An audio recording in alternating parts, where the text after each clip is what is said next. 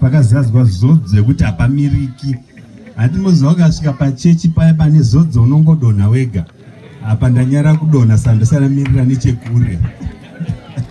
Kuti tisadonhe. Aiwa makadi mose. Dare ragara rakudzwa kare tozvitenda. Nyanga ichitaurwa na indinoti Honorable Permanent Secretary. Ndofunga kuti manzwa Chief Director wedu achiti ndo wakabata ministry. Mazvinzwa? Ndo muridzi weministry ende ichokwadi ndo muridzi weministry. Totenda zvikuru nemashoko enyu Honorable PS.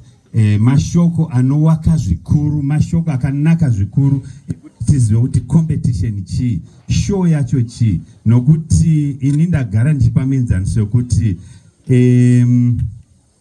kana wanzi uri kupinda mucompetition handiti unono exercise kana iri kumhanya 100 meters kana yakutamba bhora uno exercise handi ndizvo wa exercise pane here pakunzi hauchamhanya wakuchinobvisa unyanzvi nemaskiri ese wangaisa marutudzoki pasquare 1 hazviite watopa nemwe stage nokuti wagadzirwa kuti uda unokompita uda unokwikwidza newamwe saka iko kuya kwekuti ukazosanganawo nemamwe madofu apa aiwa unonosvika itawo number 1 because waita sei iwe wakagadzirira umwe hawana kugadzirira handi ndizvoka. Saka mashow makwikwi chinhu chakanakisa zvikuru nokuti chinotisa pane chimwe chinhano chekuti aiwa ndabva palevel ino ndaakuenda palevel 2 ndaakuenda palevel 3 uchingoenda. Saka level yese yawasvika kutograduata kwauri kuita.